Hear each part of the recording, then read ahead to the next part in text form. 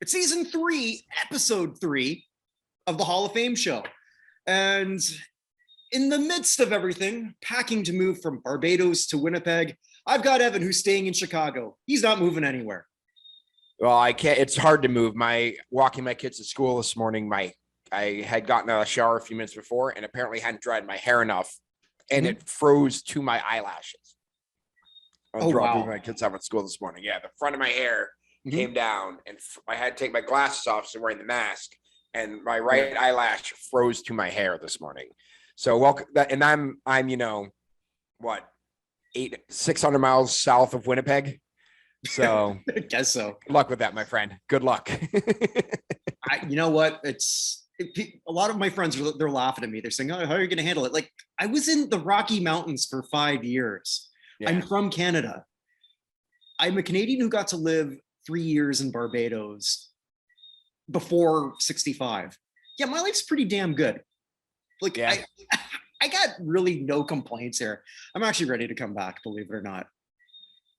Fair enough. And set up a Not in Hall of Fame meet and greet with a whole bunch of us, because we're also in that not that far apart. And actually, this will be a hell of a lot easier when we're in the same time zone. That's for damn sure. That will definitely be true. Yeah. Right now it's 2 hours, right? Yeah, I think it's actually 2 hours. Is it 2 or 3? Like, it's 11 o'clock for me. What is it for you? It is 9 o'clock. Okay, yeah, because they don't do daylight savings here, and it's all. I always have to think here what it actually is. But anywho, let's just get right to what we've got. This is Hall of Fame season. I really love it. A couple days ago, we were able to have our baseball open panel. That's actually on our YouTube channel. It should be up, I think, on the regular platform. So check that out. It's just a sort of like a fun group of people just shooting the shit on stuff. But our football one next week will be a lot more serious, where we are going to vote people in as if we are the committee. Yep. So I'm pretty stoked for that one. And of course, Evan, when he was growing up, he thought, you know what, I'm going to be the biggest Kevin Williams fan. And here we are. I mean, my Kevin Williams love is beyond anybody, I believe, in the US. So, and if you're wondering, wait a minute, he wasn't a finalist. Well, he was for us. He was for us. Yeah. Kevin Williams wasn't even a semifinalist, which just goes to show that people voting for football don't actually pay attention to football. Right. So, because we combine both lists, ours and the ones that actually comes out. So, and here's how big a Kevin Williams stan I am at this point. Please. I, as a Patriots fan, would vote Kevin Williams before I would vote for Richard Seymour, and I think Richard Seymour's getting in. Yeah, wow. I think Richard Seymour, and it's not fair to Richard Seymour to do that. I just think Kevin Williams was that good. His problem was his last name is Williams, and he played in Minnesota. So, I mean, he says, and there's another Williams next to him. So maybe people are getting confused as to which Williams they're not voting for. You know, and I hate to say it, even though we're talking about this is a pretty hard group to get into in terms of just even the voting panel. And it's not like we're taking shots at that. It's people voting. Oh God, Richard Seymour is a Hall of Famer, but there's no circumstances I do not believe Richard Seymour to be a Hall of Famer. I just think Kevin Williams is a better player. Right. So, and like that's not a shot at Seymour. That's just my opinion on it. But again, as a Patriots fan, me voting for a Viking is like I have no skin in that game. I just thought I think he's a better player. So that's just me. I hear you. I'm huge on Rondé Barber. Think I really like that as a Saints fan? I know you're a Saints fan. No. Yeah. But anywho, I'm gonna say it'd be interesting to see who retires this year at the end of the season, because this has a possibility of 5 years from now being a massive class, depending on who actually ends up retiring. Yeah, Roethlisberger could be this year's Phillip Rivers. I think except for the fact Roethlisberger's got 2 championships. Sure, but what I mean is, if Brady retires, he's now number 2 on the quarterback pecking order of eligibility. Oh, I see what you're saying. Yeah, I see what you're saying. That's sort of where I was going with that one. God, I misunderstood. Yeah. Well, I wasn't clear. So there was nothing to misunderstand, nothing to see here, folks, except for the shit box. Oh yes, here we go. All right, you've been saying I've been really calm lately. Are you letting the dogs hunt? I might. or I might not. I mean, there were two things that I could have gone really on the deep end on. One was the partial owner of the Golden State Warriors, who really, Yeah, that but was you know what? I'm going to pass on that. cowardly. Yeah, it was, and I'm not even going to go there. I mean, either way, it was one of the most disgusting things I've ever heard. Fair enough. To me, Donald Sterling level, but nothing's going to happen to him, and nothing did. Mhm. Whatever. But yeah, complete cowardly. And sadly, a lot of the people in the NBA agree with that statement. Moving on, this one sort of bothered me a little bit, and it's I've gone here before, and I don't really want to go here again, but I'm going to. So let me just bring up something that came up today from the NCAA. So I think people might already know where I'm going with this. If you don't want to hear about it, fast forward 10 minutes, because I would get it. And this is pretty much a reaction to Leah Thomas, the swimmer from Penn. And the reason why they're sort of reacting really hard now is because now for the first time we have a trans athlete in the NCAA who's destroying everybody, and by quite a bit. So there's a lot of people against, a few people pro, but so what was the release that came up here? I just had it. Here we go. So NCAA had. Right, just need this window to top down. The NCAA said in a press release, last night, like the Olympics, the updated NCAA policy calls for transgender participation for each sport to be determined by the policy of the national governing body of that sport, subject to ongoing review, blah, blah, blah. All right, I don't need to go any further with that. Basically, the NCAA said this: we don't want to make a decision right now, or ever. So we're just going to let other people do this for us. And let's model this after the IOC, the only other organization that's as corrupt as we are. Ooh, that is a state. That's the most controversial thing I think you've said this whole way. Because there are a lot of corrupt organizations out there, particularly in sports. But yeah, I mean, I think your issue here, more than anything, just to clarify and make sure I'm understanding, is their complete lack of leadership in coming up with a solution for this. Completely. And I of the belief, and this will be controversial, and this is my opinion, not Evan's necessarily. We know with our eyes that this is unfair. I do think there should be a trans division, because I want people like Leah Thomas to compete. But obviously this isn't fair. And no study can tell me that it is, even though she just lost to another trans person. Did you see that? I did not. Okay, so she lost to another trans person, a female transitioning into male.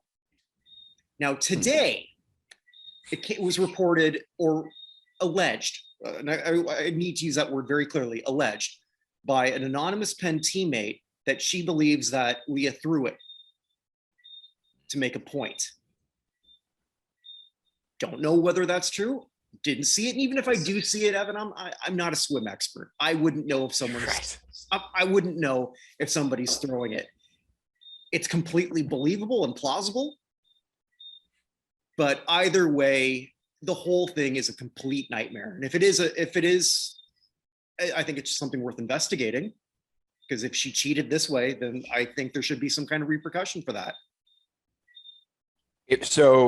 So what you're saying is she was Dash in The Incredibles, where she finished second, in an effort to make it like she wasn't so much better than everybody else. Possibly. I mean, that's what's alleged. And alleged, I have to use that because I didn't see it. I don't even know if that's even on, if it was even filmed. And I don't know. Don't know. All I know is her teammates believe that, or one of her teammates, under the cloak of anonymity. Right.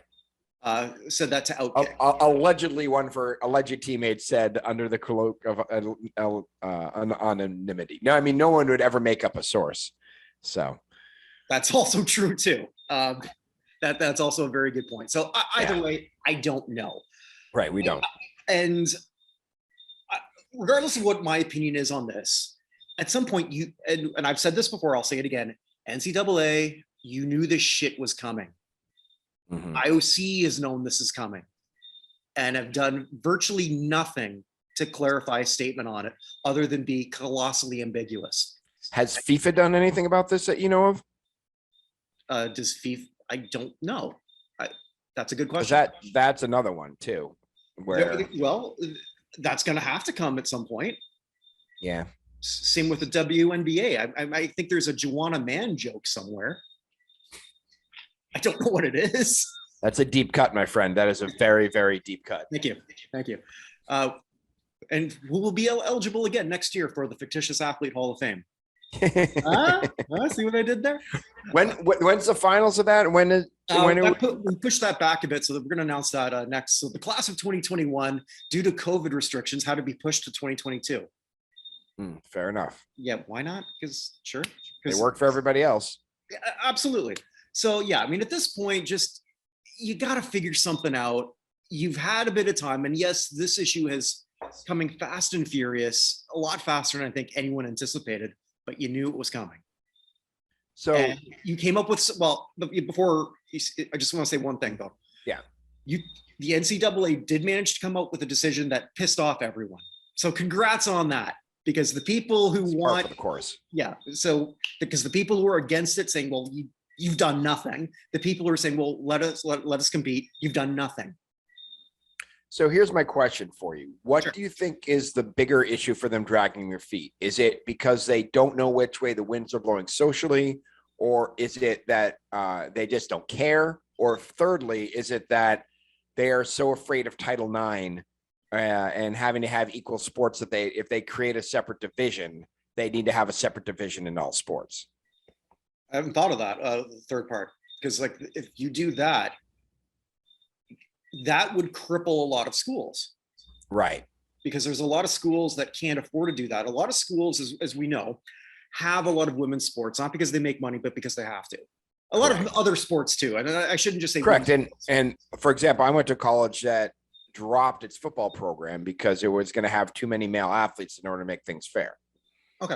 And I guess, like when the question came up with Sarah Fuller, not to bring her up again, but because the first thing I thought was, why don't they get someone from the men's soccer team? Because they don't have one. That's why they didn't. Interesting. So, and I don't quite know why that is. Don't care, frankly. I think you'd think in Colorado they'd have an advantage over their opponents playing a 90-minute game at altitude. Colorado. The kids from USC coming to Boulder to play a soccer game, they'd be exhausted by the end. Vanderbilt's in Tennessee. Oh, Vanderbilt. I'm sorry. I was thinking Colorado. Yes, Vanderbilt. Never mind. Sorry. Wrong female kicker. I was thinking Katie Hauschka. Sorry. Yes. Who I love. Sorry, wrong female kicker. Who I absolutely love. Yes. But I've stated that before. I now that you bring that up, I think the latter. I mean, that is something that a lot of schools just cannot afford to do, or they can figure out how to do that. I mean, again, which way is the wind blowing? I don't know. So here's the other thing then. So if it comes down to money and women's sports aren't making it for the most part, except for maybe UConn basketball and a few other sports, right? Very few sports in individual schools. Maybe they just don't care enough. Like, this is a money loser anyway. Why do we need to protect the sanctity of it in the first place? That's a good point. That's a very good point. So, I mean, I understand that a decision needs to be made. I don't know. Nobody's really made one, like, at all at this point. The obvious answer to you and I is that it is entirely unfair to have people who were born women and remain women compete against people who are born men and are transitioning, just because it's essentially like doping, just because of the way their bodies have produced things. It's unfair. You're going to be destroying women's sports, but having a third category is expensive. It is, but I don't want to see Leah not compete, because that's I understand. I understand that too. But yeah, I understand that too. I don't know how it gets fixed though. Don't. Can she still compete in the male division? Because the person she beat who identifies as a male, had his. Sorry, if I'm getting pronouns wrong. Yeah, he transitioned to she transitioned from male to female. Right. but is still competing in the female division. Why? Or female to male, you said. Sorry. Yes. Yeah, I don't know. So, I mean, also too, we saw in the Olympics when Canada won in women's soccer, one of the people there identifies as a male, same sort of thing. Is that, did they just, I don't know what the rules are for this. So going to the FIFA. And that may be a big portion of it too. Just what is fair and how do you fix it when it may end up costing a significant amount of money. And let's be honest, let's just say they did have all the money in the world to make that a third division, right? Right. How many competitors are there in any of these sports? Because we may be talking 1 or 2 maximum per school. Like, how many competitors are there? Like the meet you just talked about, how many competitors were there? Were just the 2 of them?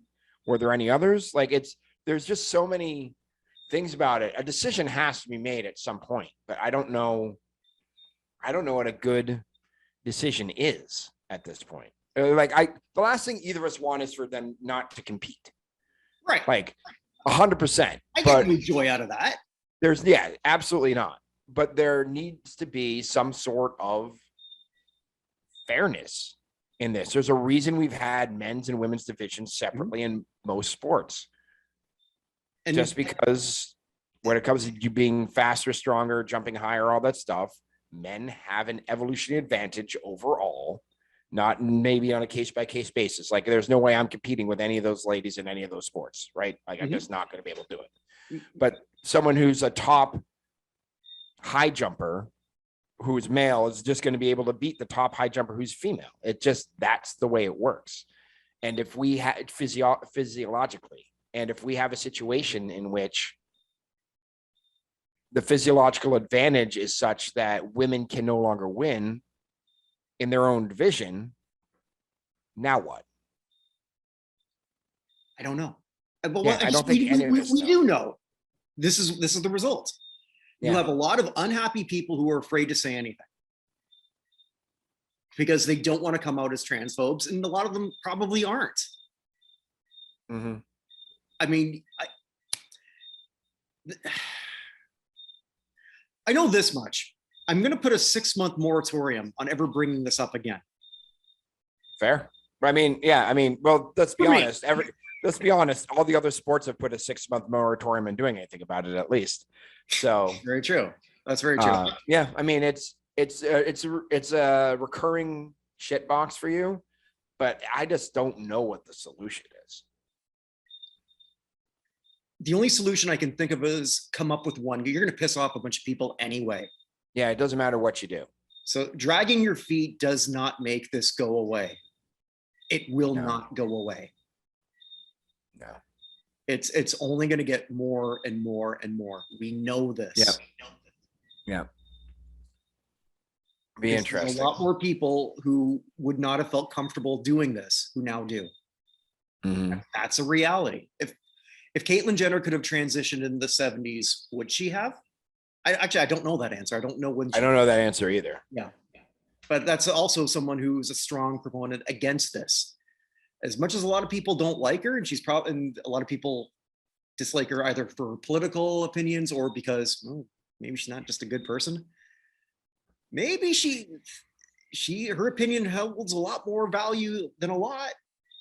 Yeah, particularly on this subject. Yeah. But anyway, that's sort of the end of my shit box. I honestly believe we are probably one of like a very small handful of shows who ever discusses this on a routine basis. And we're coming at this again as 2 white guys in their 40s.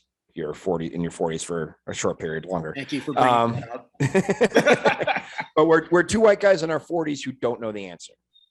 And it's not our job to know the answer, but we are recognizing there is an unfairness and everything that's going on. And it's an unfairness to women's sports. And it's honestly an unfairness to the transgender athletes who want to participate as well, because everything they do is seen as less than above board. Like, they win, but they had an unnatural advantage. So there has to be a way to solve this.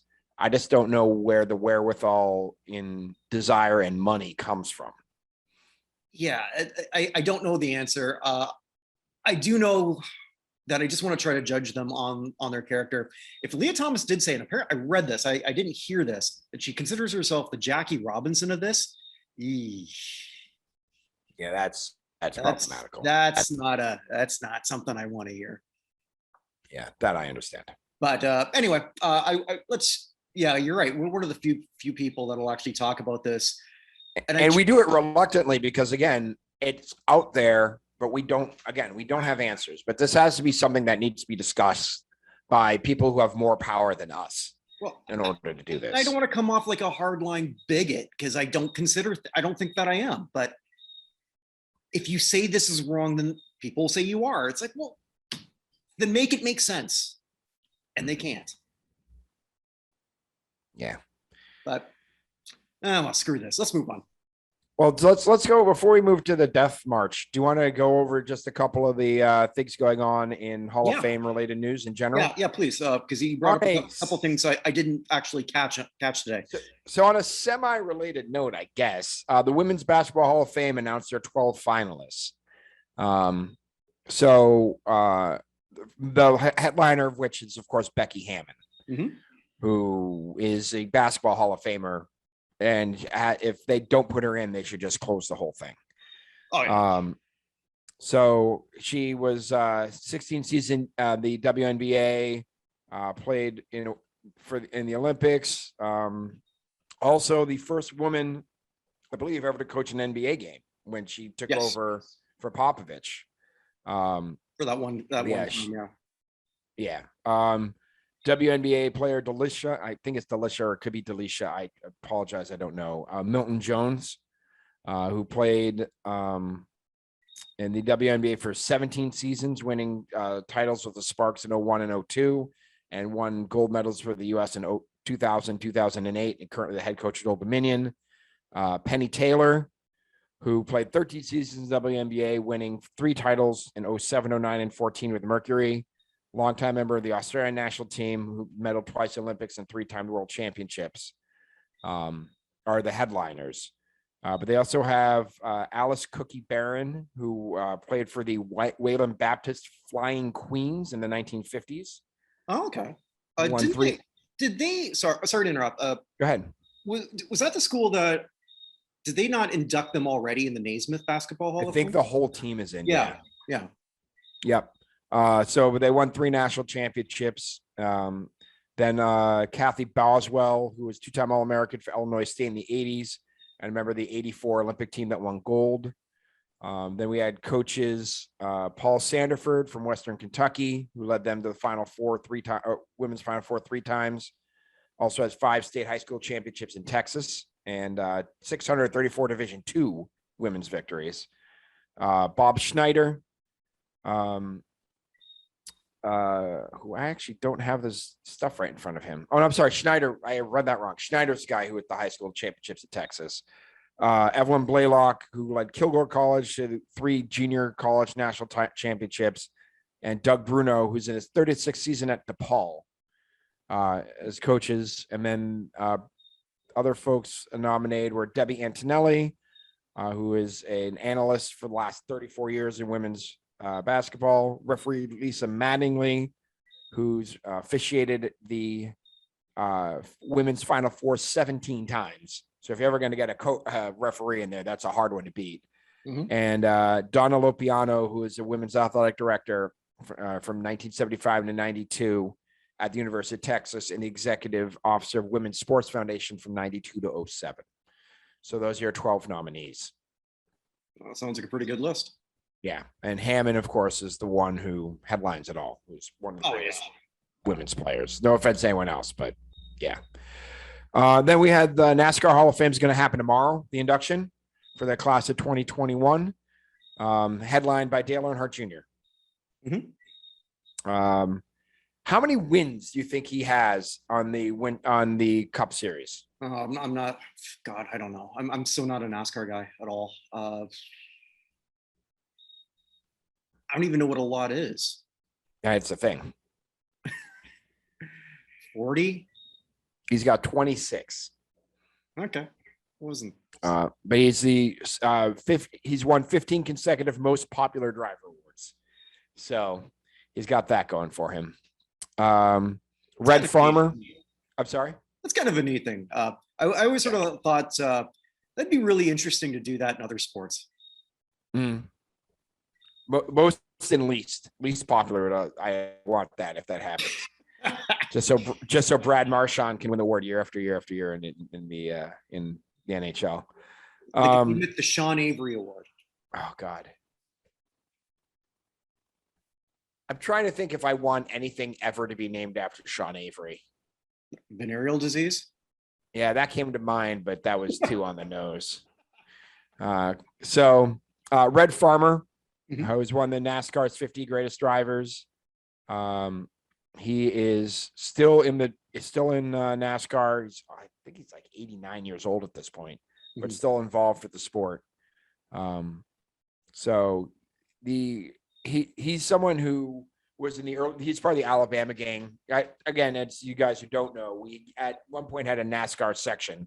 Still do. We still do, but it hasn't been updated. And I was the first person who handled it. So I went through a lot of this stuff. And when it came to crew chiefs and mechanics and sponsors, I didn't know anything, but I did follow all the drivers. Red Farmer won so many races at the beginning of NASCAR, they don't know how many he won. Jesus. So people have said that overall stock car races and different levels and everything, he won over 700 back in the 50s when they raced on dirt tracks and everything, but there's no official count. But still one of the 50 greatest drivers of all time. You know you're really good when they probably ask, well, so how many did you win? I don't know, 700 maybe? And people are like, that may be low. Yeah, exactly. It's like, I guess when they asked Josh Gibson how many home runs he hit. I don't know. Yeah, exactly. And then Mike Stefanik, who is has 9 NASCAR championships. So he has in terms of all time on all the divisions. So Richie Evans and Mike Stefanik both have 9 championships. So he was he's a modified driver. He's one of their 10 greatest drivers, holds their all-time series record in wins, poles, top 5s, and top 10s.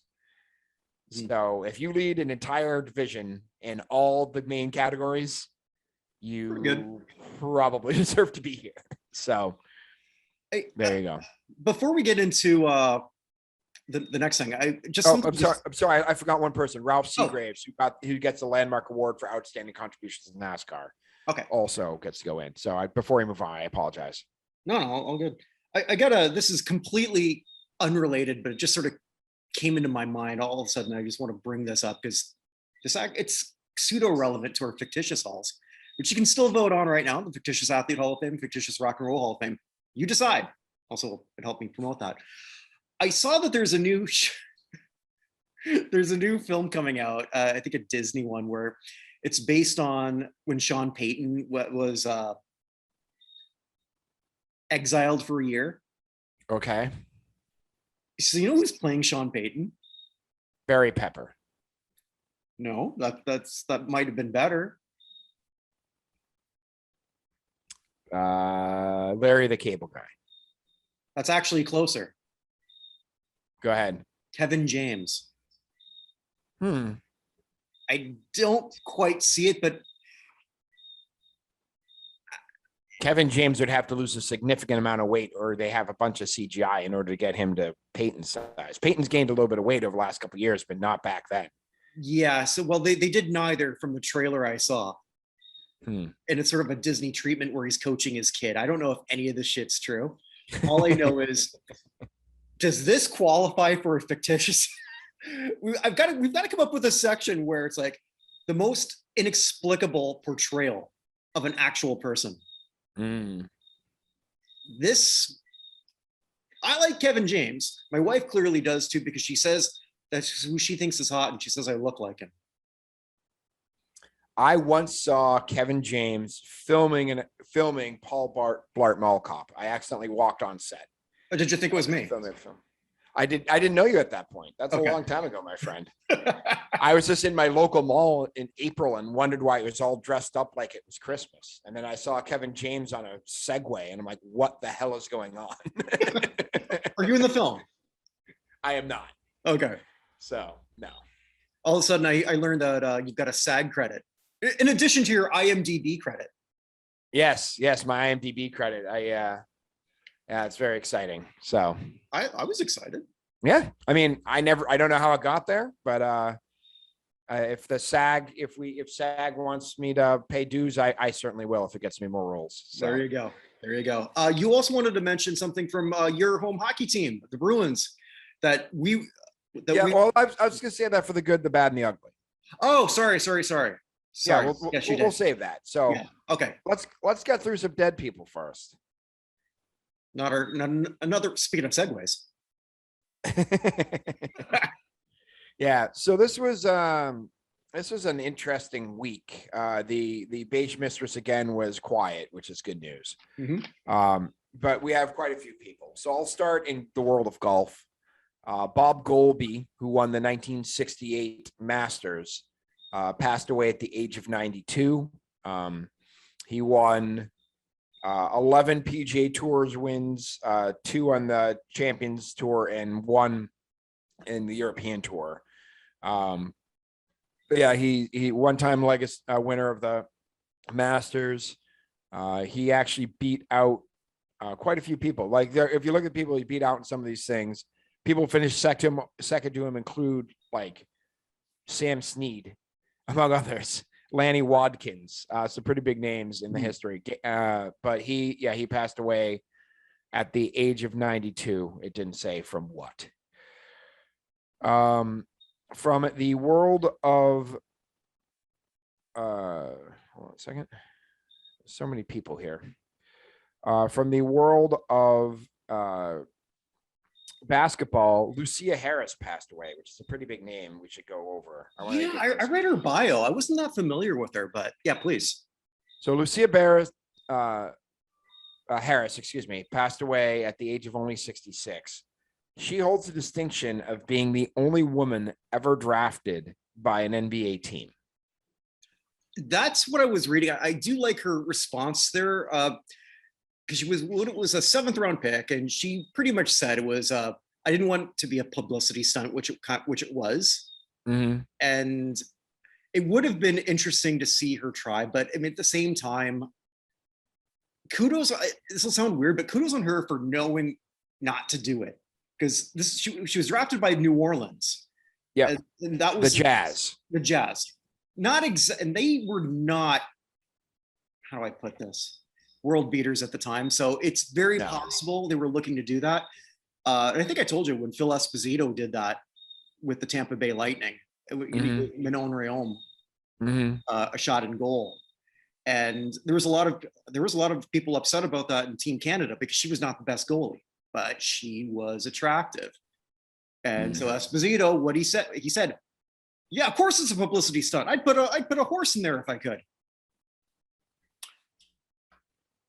Yeah. So, and I'm not trying to downplay what Lucia accomplished. So I just wanted to. Yeah. I so think she was also pregnant at the time she was drafted. So, that I did not know. Yeah. So that also made a difference. But she won. She went to the women's national championship with Delta State for 3 consecutive years. She was the only African-American woman on the team. They actually won the 1977 national title, beating LSU for their 3rd consecutive national title in 77. She scored 47 points during the season, in one of the first women's basketball games ever played in Madison Square Garden. And she scored 23 points and 16 rebounds, beating Louisiana State for their national title in 77. Where's Delta State? I'm guessing Mississippi. That would be my guess too. I actually do not know.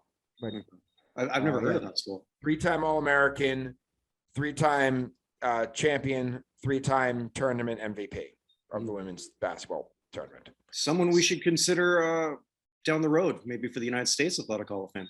Yes, 100%. So it is in Cleveland, Mississippi. Okay.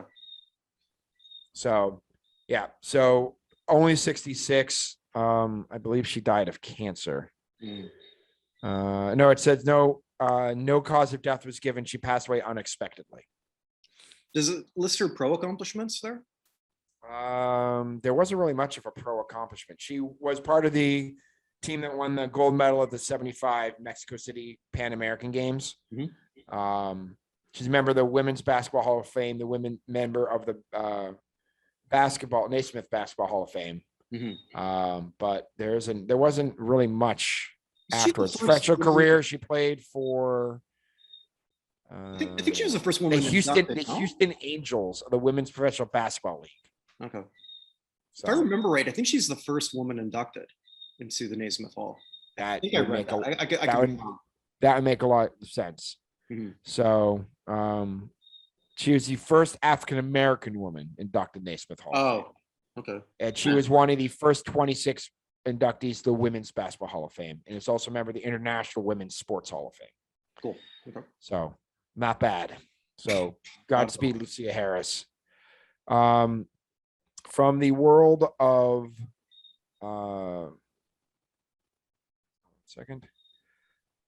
from the world of the Olympics, we'll go to Rink Bobka, who was an American discus thrower, who was the silver medal in the discus in the 60 Summer Olympics in Rome. The less famous teammate of Al Order, passed away at the age of 85.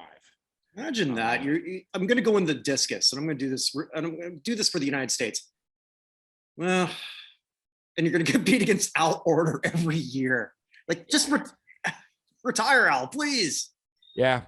So yeah, he was 85, born in Cheyenne, Wyoming, and yeah, just one of the. I mean, had the opportunity to be one of the great discus throwers of all time. He was, but he was on Al Order's team. So what are you going to do? From the world of, let's do some commentators who passed away. Ralph Emery, who was a member of the, Broadcasting Hall of Fame, passed away at the age of 88. Late night disc jockey on Nashville's WSM, one of the most famous disc jockeys in country music, passed away after a brief illness. He's a member of the Country Music Hall of Fame and the National Radio Hall of Fame. Another member of the National Radio Hall of Fame, Michael Jackson, not that one, passed away at the age of 87. He had a long battle with Parkinson's disease. He was based in the LA area. He was basically one of the people who predated the shock jocks and kind of got forced off the air when that happened.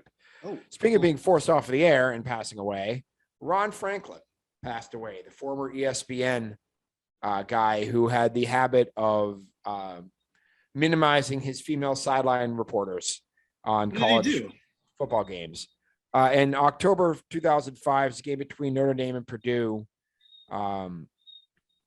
Holly Rowe said that the coaches were giving up. So what's that say to the players? And he said, Holly, it's not giving up. It's 49-21, sweetheart. And that didn't go over well. And so there was inappropriate, it was communicated to him. And then about 5 years later, Janine Edwards was on the sideline for the Chick-fil-A Bowl. And she said something. He called her sweet baby several times. And they tried to pull him off the air. And he was supposed to do the Fiesta Bowl the next day. And they just pulled him off. But he passed away at the age of 79. I don't mean to laugh. It just seems so ludicrous. Yeah. Like calling this a sweet baby seems like wow, not going to go so well, even in 2004. So it's one thing if you just do a colloquialism. Is that the right word to use? Yeah. If that's common, like honey, which is still bad enough, but sweet baby. Yeah. Who does that? Who said it? I don't know anyone who ever called anyone that. Who knows? So, but he passed away. So from the world of figure skating, one of the great Canadian men for pair skating, Sean Rice, passed away at the age of 49. He won multiple medals for skating with Jordine Higgins and Cherry Ball and a few others. There no cause of death was given. Now we get into music. It was a tough week for music. Actually, let me do one football one first. A fairly recent retiree of the NFL, Junior Ciavi, or I don't know how to pronounce his last name, Ciave, who was drafted by the Chiefs and got injured and played some years for the Cowboys and Seahawks, passed away actually in jail. He was arrested on second-degree burglary and a whole bunch of stuff, and he was unresponsive in his cell at Leavenworth. Just the whole story of after he retired is just super, super sad. So arrested for illegal transportation of firearms and a whole bunch of other stuff. So Savai, I don't know how to say his name. I can't remember, but he was only 43. From the world of music, sideman Badal Roy, who was one of the great tabla players, passed away. What did he play? Tabla, it's the Indian like drum thing with all the different angles. Oh, okay. But he played with Ornette Coleman. He played on 6 albums with Miles Davis, Richie Havens, Yoko Ono. I don't know if that helps or hurts him in your mind. And a bunch of other folks. But probably one of the greatest, Herbie Hancock. Like a whole bunch of other folks. He passed away at the age of 77. Incidentally, this is the second show in a row that Yoko Ono came up. Well, it's good. It's good to hear she's getting still on everybody's lips. I don't know what to say with that. I don't know what to say. I don't know why I said it. One of the early rappers from Death Row Records, Vincent Edwards, better known as CPO Boss Hogg, passed away at the age of 52. They didn't say from what, but he was on albums with Tupac and Snoop and Warren G and every NWA, MC Ren, back in the 90s, the early part of Death Row Records. Only 52 years old. From the world of country music, Dallas Frazier passed away. Probably best known, well, among other things, he's the guy who wrote Alley Oop by the Hollywood Argyles that went to #1. Which is that the best song ever to be about a caveman? By default, maybe. I don't know. So so for those of you who don't know, Alley Oop is an interesting song. He also wrote Charlie Pride's #1 country hit, All I Have to Offer You Is Me, and also did Elvira, the Oak Ridge Boys song. He wrote that one as well. Yep. So he passed away he had a couple of strokes late in 2021 and died from complications at a care facility in Tennessee at the age of 82. Also passing away is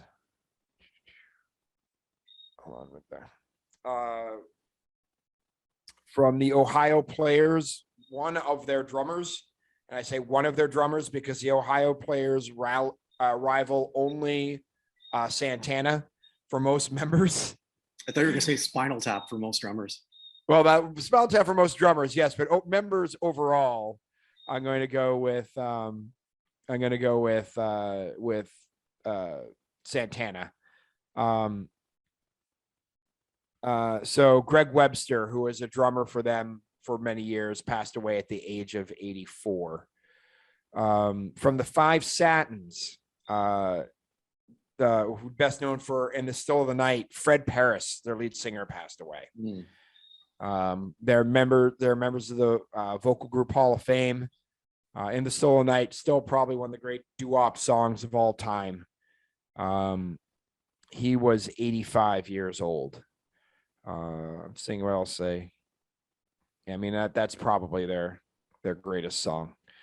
I'm distracted by my dog who's right next to me. He's dreaming. Oh, good. Yeah, doing the whole back twitch. I love watching him do that. Anyway, sorry. Well, I guess that brings us to Sonny Turner, who is the second lead singer of the Platters. So he once Tony Williams left as lead singer, Sonny Turner took over, and from when did he actually take over? In 1959. So his best friend and mentor was Jackie Wilson, and was the lead singer for their last 3 hits, I Love You 1,000 Times, With This Ring, and Washed Ashore. And he passed away at the age of 82 in Los Angeles. I also want to bring up Everett Lee passed away. Everett Lee is an absolute trailblazer. Born in Wheeling, West Virginia in 1916. He passed away at the age of 105.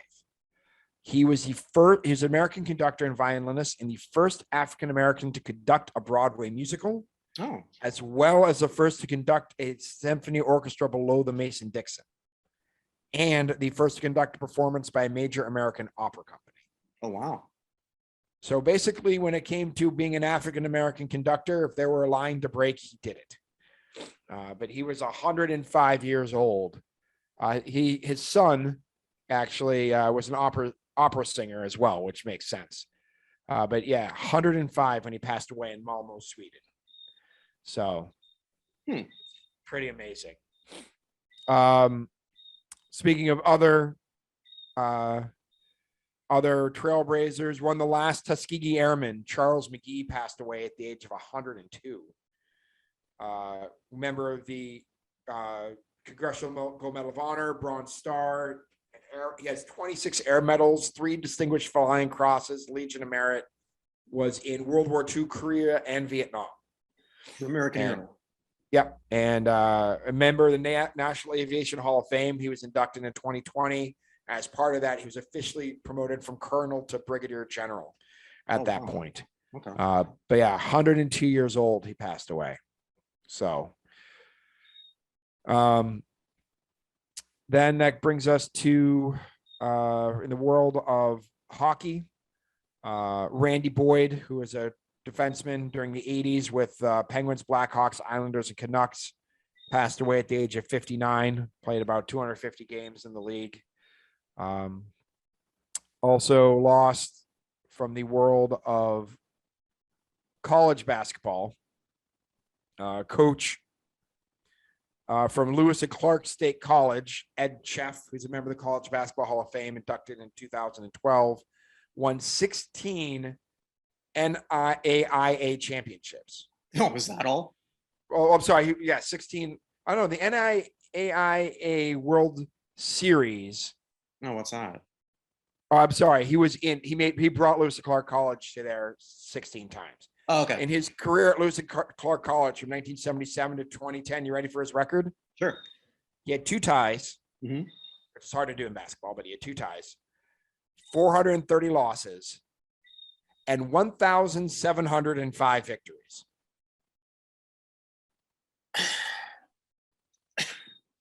Staggering. That is a winning percentage of 798. We're not even talking big seasons either in college hoops. No.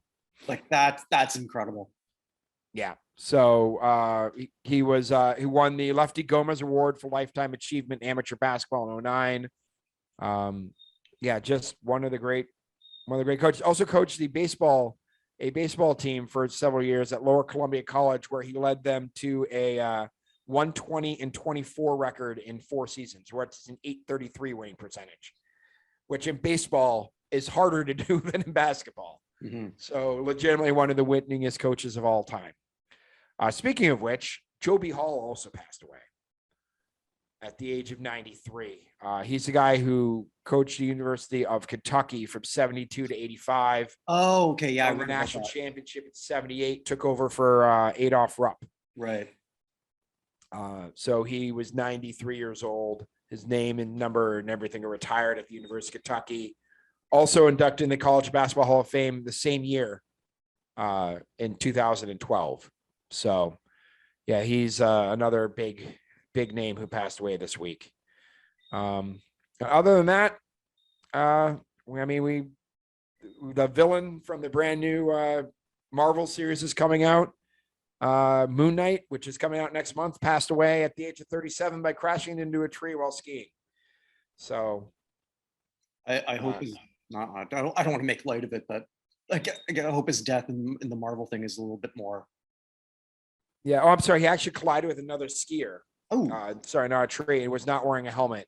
Needed to be airlifted out and passed away at 37. So the Moon Knight is coming out, I believe, in March. And he is the main evil bad guy. So yeah. Actually, that actually might be a good. Here, watch this segue, because I saw that during the Monday night playoff. Oh, there you go. In football, and my elevator up, elevator down is all about pro football.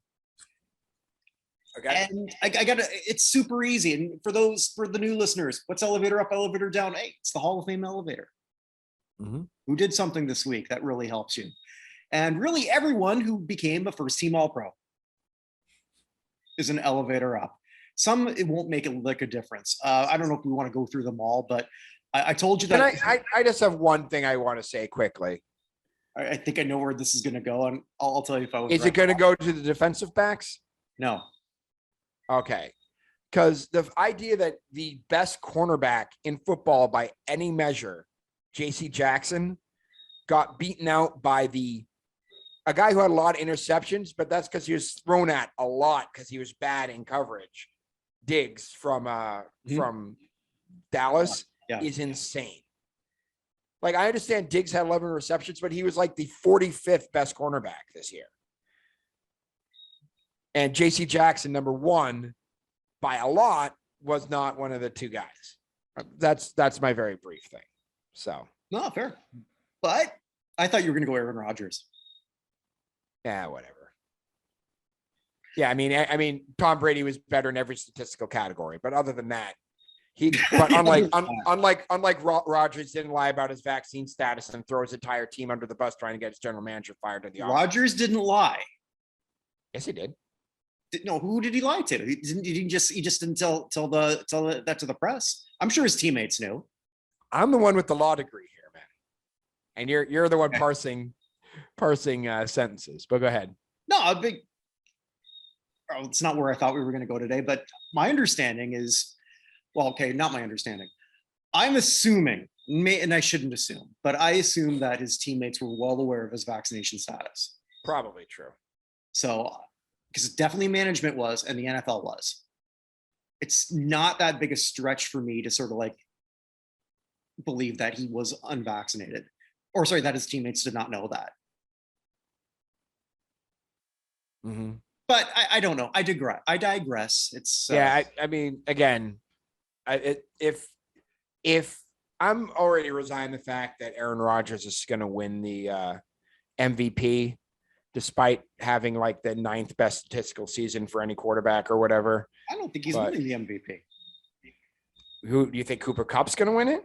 I think it's possible. I don't know. I mean, I'm surprised that Aaron Rodgers is a first team All Pro, but for the purposes of what we do in terms of Hall of Fame, he didn't need it. He's going to get in the Hall of Fame first ballot, and he should. True. Yeah, that's true. When I'm looking at this list, is there anyone that sticks out to you that, man, he really needs it? There's one for me. Hold on. I'm go with yours and I'll take a look at it. And the reason I'm going to say this, not because it's only because of his position, and that's Justin Tucker. Every special teams player needs every accolade you can get. He was an elevator up for me earlier this year when he set the new record for the longest field goal. I forget how long it was, but it was pretty damn impressive. 69 yards, I think. Something like that. Yeah. So Justin Tucker has now added another first team All Pro to his already expanding resume. So for me, this is the biggest beneficiary, only because he's special teams. Fair enough. Yeah, well, I mean, I really think this helps TJ Watt and Aaron Donald. No, I'm kidding. Yeah, I'm looking at this. Yeah, because nothing really stuck out to me in terms of No, well, this is really going to help them a lot. Because I mean, either maybe Jalen Ramsey. Maybe. Yeah, I think Ramsey is a good one. In terms of like overall addition, because like, yeah, Debo's got his first one, but he's still, what is it? He's only in his third year. So and I don't know if wide receiver accurately describes Debo Samuel. That's also true. That's also true. Mark Andrews is an interesting one, I think. Yeah. But again, because of the not hatred, but just kickers fall by the wayside. So you got to be extraordinary, and this only helps him. I have a question, just by the way. How do there's no second team running back? I don't know. I don't understand a lot of this. Like they're like, oh well, I know that I can't think of his name right now. From Jonathan Taylor played, but did anyone else play this year at running back? I'm unsure. I don't know how that would work. It doesn't make any sense. No, a lot of it doesn't, but people will forget how that happens. They just remember that it's the first team, and there is something to that. So for me, the biggest winner out of this is Justin Tucker. I do have an elevator down. There isn't anyone that really stuck out, but we had our first weekend of playoffs. Man, was that boring or what? After coming off that last day. The NFL made a ton of money. They're the highest rated games and for this round in a long time in terms of watching. Sure, but in terms of actual interest or interesting of games rather. Yeah, I mean the most interesting game by far was Dallas and who beat Dallas? I can't think of it right now. Oh, crap, I'm blanking on that one too. Yeah, watch that damn game. Because he's my elevator. San Francisco. Yeah, San Francisco. Like, and that play was just so dumb. So stupid. I thought that actually, when I was watching that, I thought that was going to be for sure you're ugly. No, because something way worse happened. Okay. So, but from that is actually my elevator down, and it's Dak Prescott. At some point, you've got to win, and Dak is. They've built a team around him. And as much as I'm not saying this is all his fault, but the perception is he's just not at that elite level like we thought he was going to be. Mm-hmm. And they had their window. I don't know how they're going to be next year. Because they legitimately have like 37 free agents on that team. Yeah. It's ridiculous. Like someone listed on Twitter, like the free agents for the Cowboys going into this offseason, and they needed 3 tweets. And they weren't listing them by position. They're just listing their names. It's crazy. Yeah, he's my elevator down just because I wanted to pick somebody, and that was my sort of takeaway from the weekend of just who is really going to be hurt. And I'm not going to say Kyler. He's got so much future. I have never seen anyone as rattled at quarterback as Kyler Murray that play in the end zone where he just threw the ball blindly. He looked rattled from before the snap. He did. Kyler Murray looks, I don't want to use the word scared. I'm hesitant to use that word, but I don't know a better one.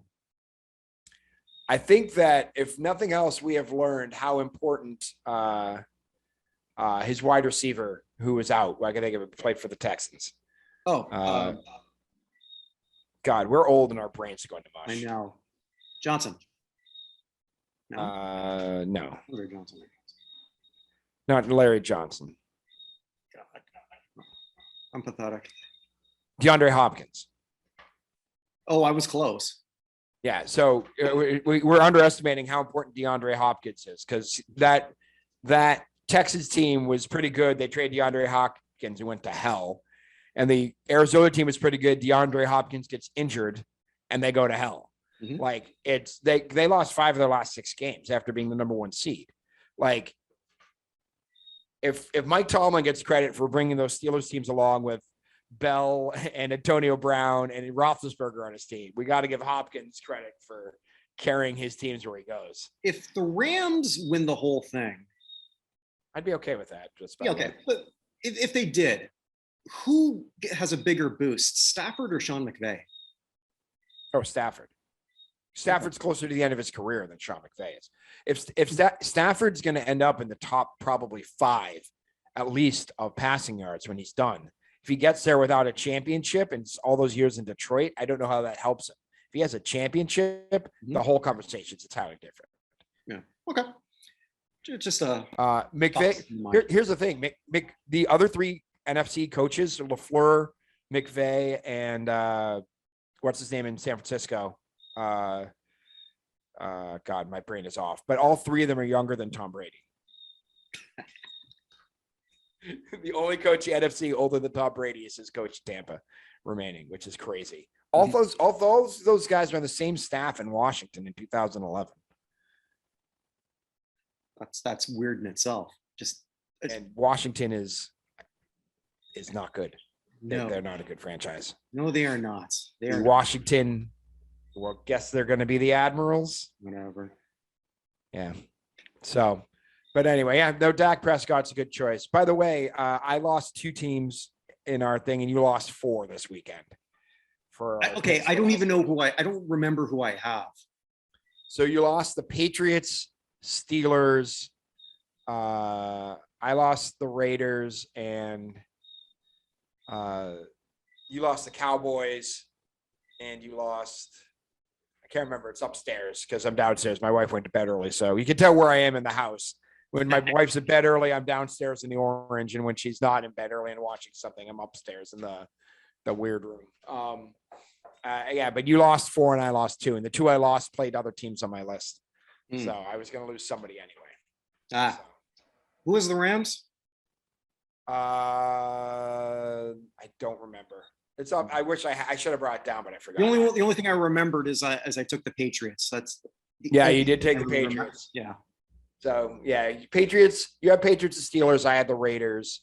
Mm-hmm. You had Cowboys, and I know you have the Chiefs because that's who I was. I do have the Chiefs. Yeah. You have Cowboys and who else did you have? I think I had the Cardinals, or maybe you had the Cardinals. I don't remember. And no, you had the Eagles. I had the Cardinals. Yeah. The Cowboys and Eagles. I had the Cardinals. That's what. This is our 5th collective mind fart of the show. We should move on. What are we doing now? Well, I actually know what we're doing. Oh. That's the close for Evan's good and bad and ugly of sports for the week. Yeah. So I'm going to start with NHL Hall of Famer Willie O'Ree. Got his number 22 number retired by the Celtics, by the Bruins. Can be retired by the Celtics. 22's already been retired. But got retired by the Bruins. And when this happened in the pre-COVID, because they tried doing this last year, like really slap shot all of a sudden. Mm-hmm. I'm glad that Willie was still here to see it. Yes. We talked about that. Yeah. I was worried about that, but he was still around and able to attend and looked good. Mm-hmm. Best dressed man in hockey. Yeah. Very well dressed man. I mean, it's him or Don Cherry. It's close. Yeah.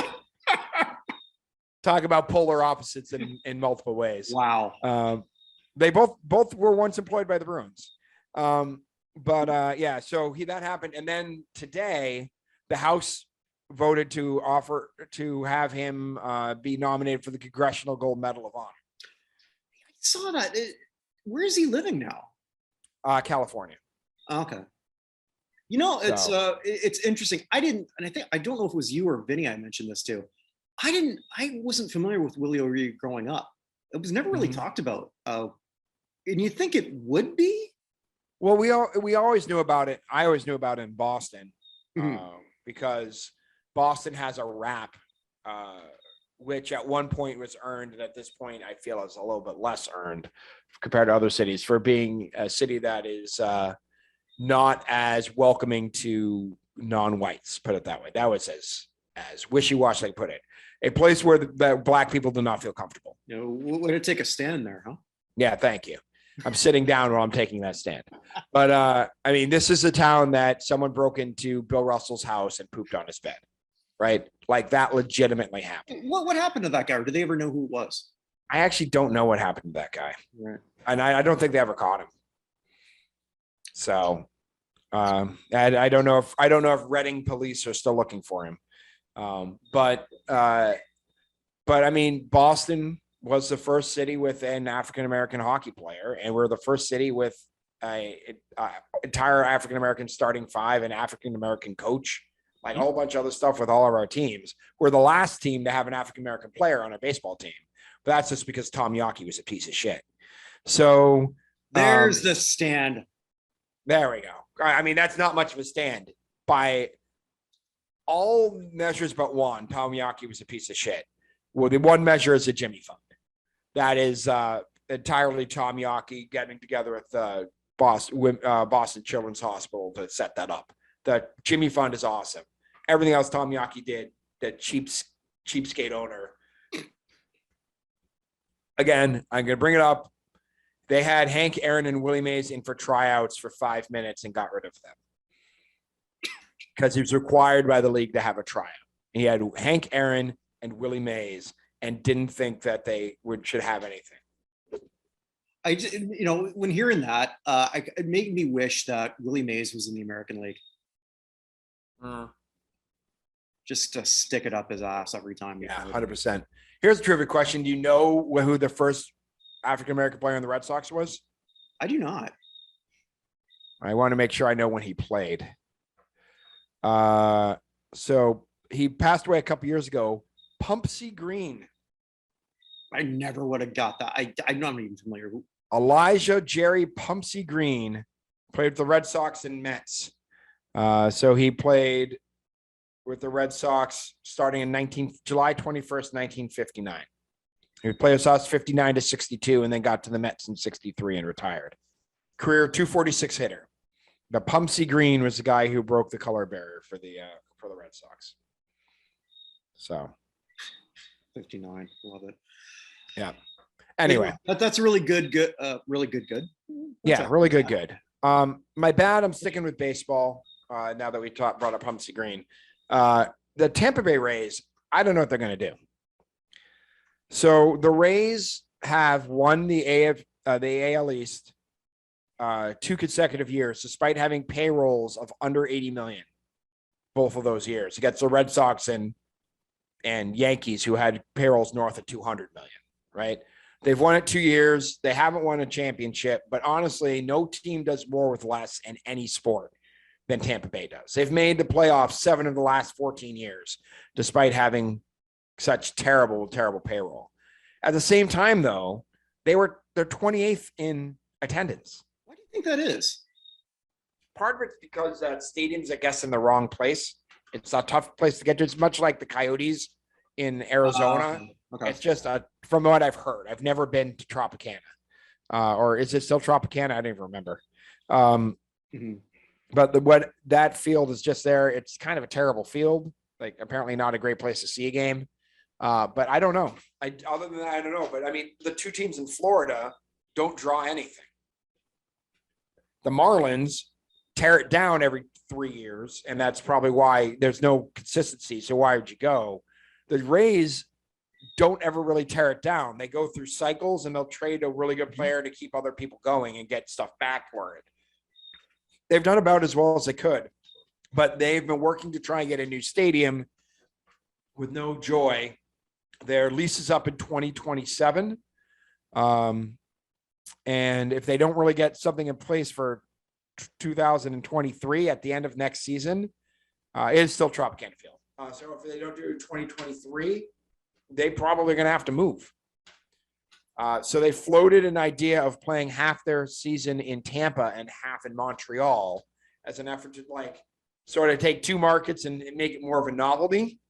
And that was rejected today by the MLB because Rob Manfred hates fun. How does that even get floated at this point? I thought there, like, is that even allowed to be floated or shut down at this point? I thought, like, how does that work? The league is going to send a counter proposal to the players tomorrow, apparently. Oh, yeah, I'm sure it'll be great. Yeah. It's basically just going to be 47 pages of photocopies of the middle fingers of the negotiators. No, I mean, they did it because they wanted to do it not this season, but next season as a way to try and keep things going. And they were essentially told no. That may also come on the heels. I also saw today that the two places they're looking at for expansion franchises, which is exactly what Major League Baseball needs right now, are Nashville and Montreal are the two forerunners for that. Montreal, how are they going to, that state, they don't have another stadium there. It's a complete disaster. All I'm telling you is the report that I saw earlier today. So Nashville, I get. Nashville's growing super fast. It's a great sports town. I told you I went to preseason game there in October. Mm-hmm. The soccer team's drawing really super well. The hockey team draws super well. Being the third team in there, or I guess, and the Titans draw pretty well. So, it's basketball and hockey are the only two not there. So I guess I make basketball and baseball, the two not there. So I guess it makes sense for me for baseball in Nashville, but I don't know why you would put the second team in Montreal after. I don't either. And it's not like I don't want Montreal. Montreal is an amazing city. I love that city. 100%. But it's not like they didn't support the Expos at one time. I mean, I get them not coming back after 94 or 95. Yeah. 95. Saying Sorry. that, it's such a shit stadium. And I've been there. It's a dump. It was a dump 30 years ago. Mm-hmm. It didn't just grow character. It never had it. Well, it's not the great place either in the city. Yeah, here's my thing though. Like, if you're baseball and you want to grow the game, you got to think outside the box. If there's ever a team or league that should put a team in Puerto Rico, imagine how a team would draw in Puerto Rico. Same problem though. You've got no good major league stadium. Unless something changed since the last time Montreal was. No, I mean, you don't. But if you are there are got to be wealthy people of Puerto Rican descent who could basically be the hero of the island. Sure, but who's going to? But the thing though, the baseball's thinking, they're not thinking of the fans. They're thinking of the luxury boxes. I don't know enough about Puerto Rico to say. Yeah, I mean, you're going to get your fans, but you're not going to get your corporate sponsorship, unless that's probably true. Like, and then sadly, that matters far too much. So if you're going to expand in Major League Baseball, where are your expansion spots? There's a lot of rich people in Mexico. If you want to go international, that's interesting. I mean, it's also, they do play baseball. They've got to grow that, but at the same time, do they really want to infringe on the Mexican League? Because I mean, that's a big reason why the NFL doesn't really push Canada too much. It's free minors. So does that make you leave you? I mean, I think your next cities are Portland and Vegas. Vegas for sure. Vegas is growing and Portland's decaying. So I don't know. I don't know what they're going to do. I mean, the A's may be moving to Vegas anyway shortly. That's true. So, I mean, it seems to me that it'd be Nashville and Portland if you're staying in the country, or US and Canada, maybe Vancouver. Who knows? I know there's no stadium there either, but if you're looking at stuff a few years out, that's where I'd probably be looking. Who do you think would expand to Mexico first, the NFL or Major League Baseball? NFL. Yeah, I think so too. Yeah, there's going to be international teams, the NFL, within the next decade. I'm cool with that. Why not? Yeah, there'll be a team in London. There will be a team in Germany. There will be a team in Mexico. There'll probably be a team in Canada. Could be. Could be. Just move the Argonauts over. That would, that would be the team that would die. The first would be the Argos. Go figure. Yeah. Yeah. But anywho, we've got something ugly to take care of. We do. And that is, I know I dump on CONCACAF a lot at international soccer. Dump away. I'm not dumping on CONCACAF. What? I'm not. I am dumping on the single worst job of refereeing on the international level I have ever seen. Okay. The African Cup of Nations is taking place coming up here, and Tunisia and Mali were playing a game. Is that on anywhere? Because I've been trying to find it. I don't know what it's on. I just saw, I follow it during the day when I'm working. I have it like on Twitter so I can get the updates, or I have it on FIFA. You can see the games there. You can just sort of keep going with this. Okay. Like I'm working, so I just will check in every once in a while, and everything was going nuts. When Mali starts trending on Twitter, something weird has happened. The country of Mali. So the game was played in Cameroon. Mali, it was the opener for the two teams, and Mali ended up winning 1-0. The problem was that the referee, whose name is, hold on, I want to make sure I have his name correct. Hold on. This is not the not in Hall of Fame. Does not endorse a doxing of any kind. Yes, his name. Yes, his name was Gianni Sakazwe. Okay. How do I describe what happened? I'm not sure shit show is the correct word here. He stopped the game at the 85th minute and called it over. Why? Game was over. At 85 minutes? Yeah. What happened to the other 5 minutes? Oh, the game was over. Oh, wait, no, I'm sorry. The teams went to the locker room. They're doing press conferences, and they forced the teams back out onto the field for 3 minutes. And then the game ended at the 88th minute. He closed it again before 90 minutes. And so they tried to get them to come out again to play the extra time minutes, and Tunisia just was like, screw this, no. I've never seen anything like this. He threw a guy off for a red card that was barely a yellow card foul somehow in those 3 minutes when everyone went back on the field. So the guy's out for the rest of the qualifying round. You think corruption's involved? Well, they blame the CAF, Confederation of African Football, said that he was suffering from heat stroke and severe dehydration. Oh, severe dehydration. Like I believe that every time a celebrity that happens to a celebrity. Well, they were dehydrated. Yeah. Okay. So, yeah, it was. I mean, if you watch it, just go look up. I gotta watch that. Mali, Tunisia. See the chaos that ensued in that game. There's got to be a John Boy for soccer for this. Yeah. Wow, that's awesome.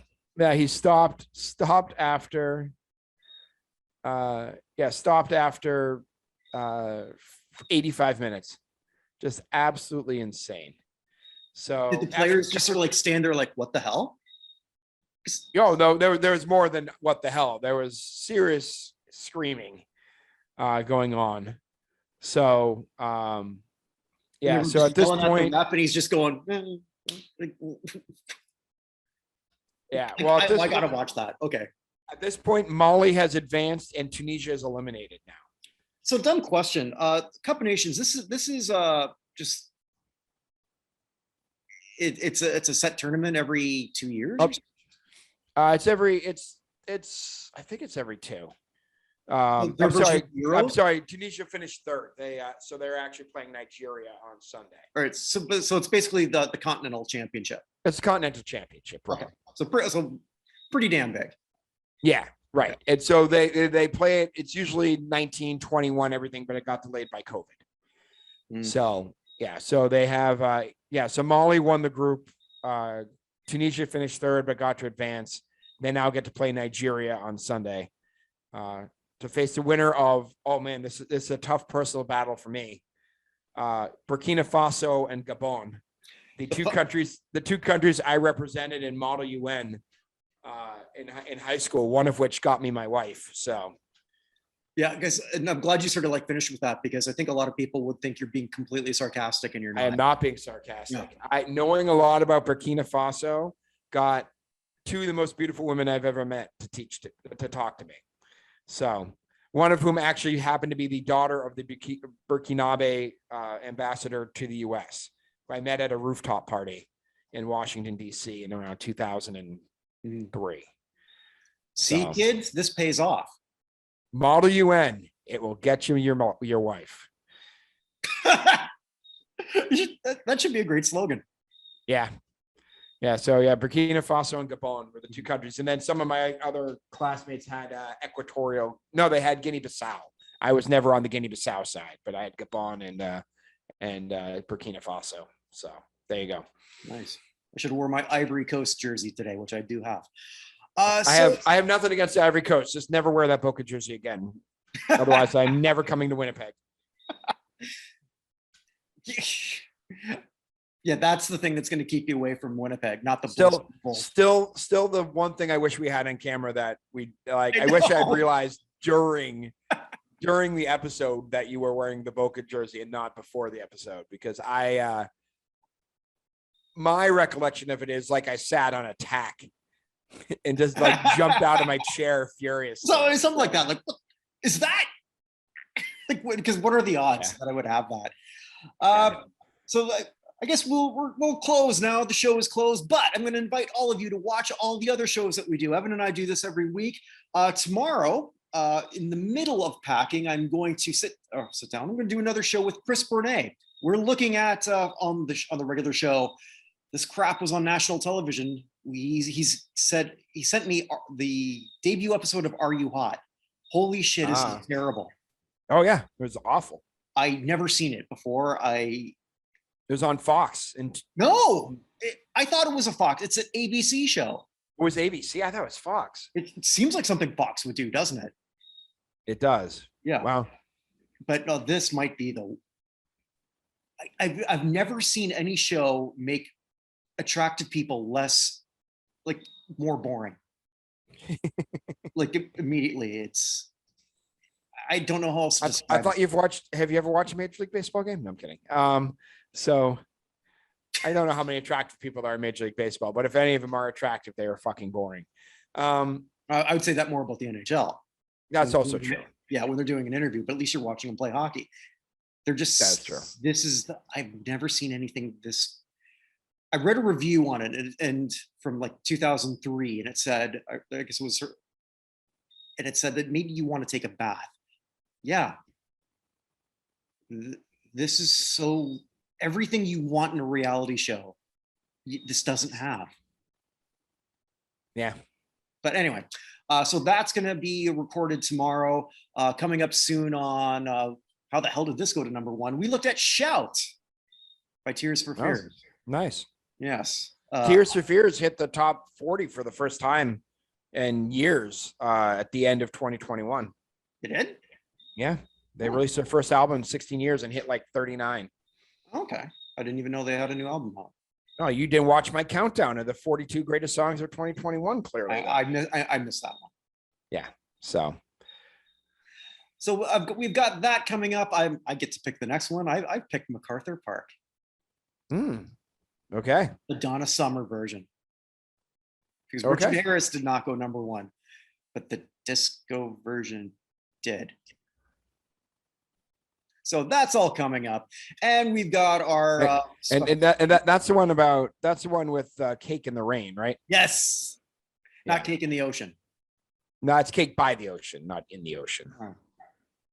Either way, neither makes any sense. True. None of that. I keep on hoping for Cake by the Ocean. You have any other things to pitch? Because I have one thing I want people to watch that's coming out next week. Okay, well, my book. I have a book. Book my too. book. Chavo Guerrero Sr., instant classic. His autobiography, I helped him write it. There's a great picture of me and him. Nice. Yeah. He's been by my side the whole time. Yes, you. Hey. I don't know if he showed up on camera. That would be, for those listening, that was Jasper, the friendly corgi. I'll plug this. Follow him on Instagram, Jasper_the friendly corgi. Why not? Excellent. So the last thing I want to plug is you guys may know that I am a big fan of the Critical Role series. I went to go see them play D&D right before the world fell apart in 2020. But they had the largest Kickstarter of all time. They were asking for $750,000 and got 14 million to turn their D&D game into a cartoon series. And then it got picked up by Amazon Prime. Okay. The series kicks off on the 28th next week. They announced the other voice actors this week. So the people who are on the show normally are their voice acting their normal characters. But the other folks on the show include Tony Hale from Arrested Development, Indira Varma and Rory McCann from Game of Thrones, Dominic Monaghan from the Lord of the Rings series, and probably most exciting to everybody involved, David Tennant is on board. Doctor Who himself. Oh, and of course, Stephanie Beatriz from Brooklyn Nine-Nine and the main voice of Maribel from Encanto, the new Disney movie, which, by the way, Encanto is fantastic. It's a great, great movie. If you haven't seen, I know you don't have kids. I do, so I'm forced to watch these movies whether I want to or not. Encanto is one I would watch again. I did just figure out how to work Disney Plus down here, so there you go. Watch it. You'll enjoy Encanto. It's a good time all the way through. no, it's got to be better than what I was watching on it last time. I decided, the Fantastic Four can't be that bad as I remember. Yeah. Yeah, Jessica Alba played the Invisible Woman because she's disappeared after that. Ooh, well done. I like it. I'm pretty sure I stole that from someone else, but it was in my head. But anyway, it looks awesome. Go look up the trailer. You should look up the trailer after this. Look for the Red Band trailer, and you decide if this cartoon is for you. And the answer is yes. Yes, it is. I'm not a D&D guy. You don't have to watch a story. You don't have to get into it. You don't have to know anything about D&D. It's a high fantasy series that's made for adults. Okay. Not for kids. There's a lot of swearing. There's a lot of adult situations. There's limited sex, I'm imagining, but there's a lot of adult situations in there. There's a lot of flirting. Kind of like my life now, limited sex. I'm not touching that. So sadly, that's what she said. There you go. But no, I highly recommend watching. Go check out the Red Band trailer. I'm sure they have way more followers than we do, but anyone who hasn't checked it out, who does follow us, just go watch it. You'll enjoy yourself. I'm pretty sure. It comes out the 28th on Prime. So, okay. With that, stay safe, everybody, and we'll see you next week. Take care.